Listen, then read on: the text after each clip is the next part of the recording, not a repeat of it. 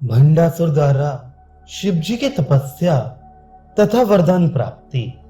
भृगुवंशी श्री अगस्त ने इस प्रकार श्री हयग्रीव मुनि के कहे हुए आख्यान को सुनकर विस्मित होकर फिर पूछा, हे दया के सागर, आपने ये सब विचित्र कथाओं से पूर्ण आख्यान कहा। इस प्रकार अप्रतिम बलशाली भंड दैत्य किस प्रकार उत्पन्न हुआ? उसकी ऐसी क्षमता क्यों हुई? क्या तपस्या द्वारा वह इस रूप में अपनी उन्नति कर पाया, अथवा स्वभाव से ही उसने देवगण को क्यों जीता? ब्रह्म आदि कारण देव को क्यों पराजित नहीं किया? मुझे यह यथार्थ रूप से बतलाइए। इसे सुनने के लिए मेरा मन बहुत लालायित है। इस प्रकार अगस्त द्वारा पूछने पर हयग्रीव मुनि ने प्रसन्न होकर कहा, हे घटोद्भव अगस्त्य, भंड के विषय की प्राचीन कथा को सुन।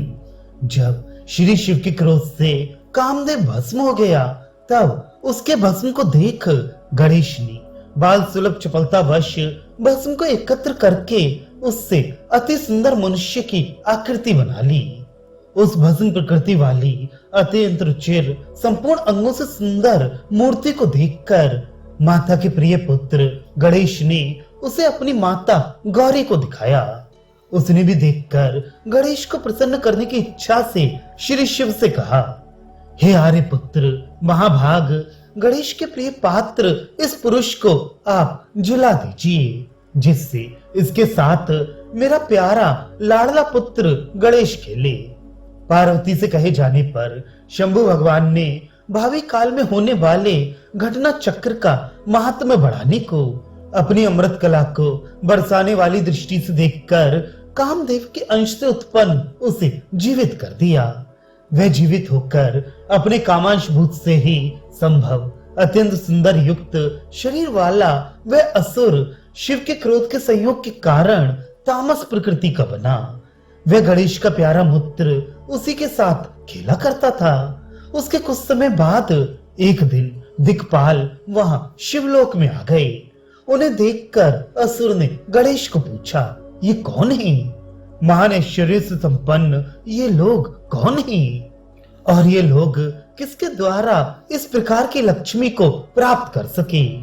इस प्रकार पूछे जाने पर गणेश ने अपने प्रिय मित्र असुर से कहा, हे सखे सुन, बताता हूँ। ये लोग पूछे दिशाओं के स्वामी हैं। अपनी तपस्या से ईश्वर महादेव को संतुष्ट कर इन दिगीश्वरों ने यह लक्ष्मी प्राप्त की है।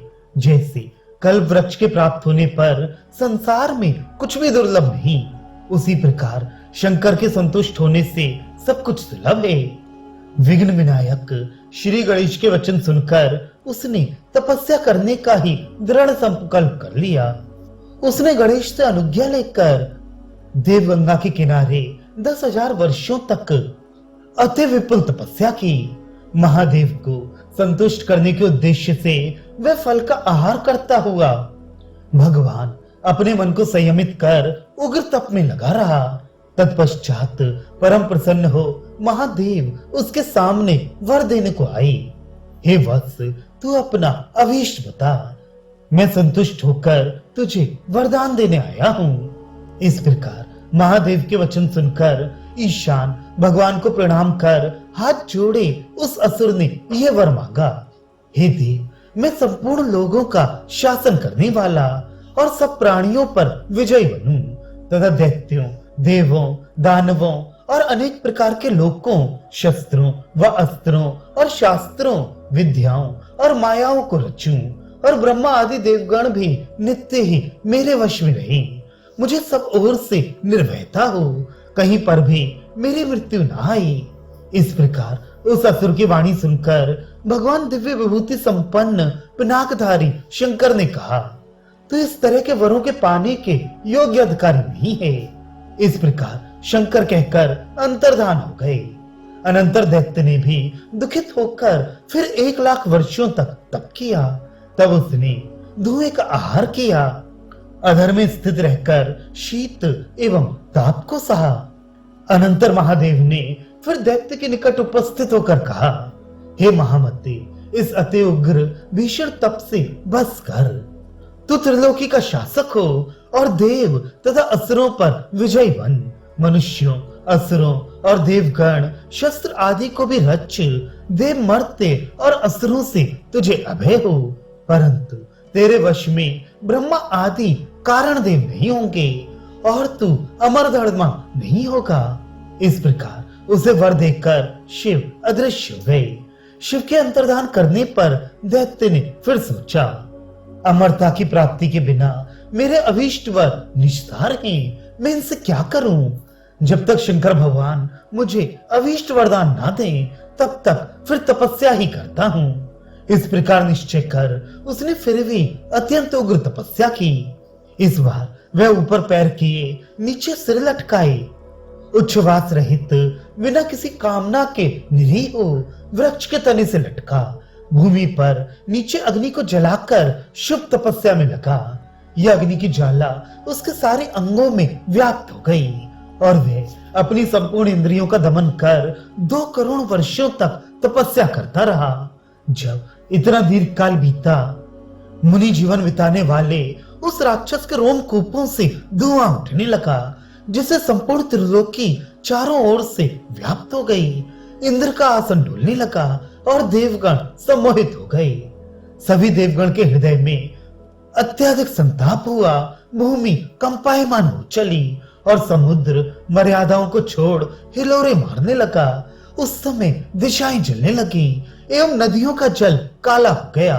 तब बहुत त्रस्त हो इंद्र आदि देवगण ने पितामह श्री ब्रह्मा की प्रार्थना की। श्री ब्रह्मा विचार कर श्री विष्णु के साथ भगवान त्रिलोचन शंकर के पास गए। शिवलोक में मंत्रणा कर ब्रह्मा ने शिव से कहा, हे महादेव, आप असुर को वर देने में समर्थ हैं। अमरता को छोड़ उसे अभीष्ट वर दीजिए, नहीं तो उसकी तपस्या की अग्नि के प्रचंड प्रताप से सब लोग जल जाएंगे। इस प्रकार विधि प्रमुख देवगण से प्रेरणा पाकर शंभु जहां असुर तपस्या में लीन था वहां गए। दूसर वर्ण के अंग वाले पृथ्वी से लगे हुए केवल श्वास ही शेष हुए। एकाग्रमन किए तपस्या से अत्यंत उज्जवल तेजोमय अग्नि के समान तपस्या रत उस दैत्य को देखकर वे बोले, हे असुर श्रेष्ठ, तेरी तपस्या से संतुष्ट हो मैं साक्षात तुझे शिव वर देने आया हूँ। जो तेरा अभीष्ट हो सो मुझे बता, अवश्य ही तेरा संकल्प तुझे प्राप्त होगा।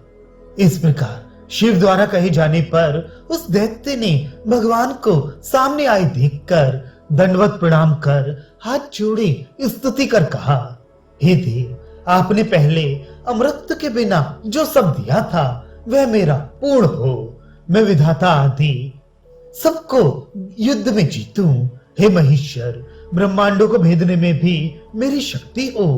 इस प्रकार उस असुर की वाणी सुनकर महेश्वर उससे बोले, हे दैत्य, मेरा कथन सुन। देवगण, असुर वृंद और मनुष्यों से तेरी मृत्यु नहीं होगी।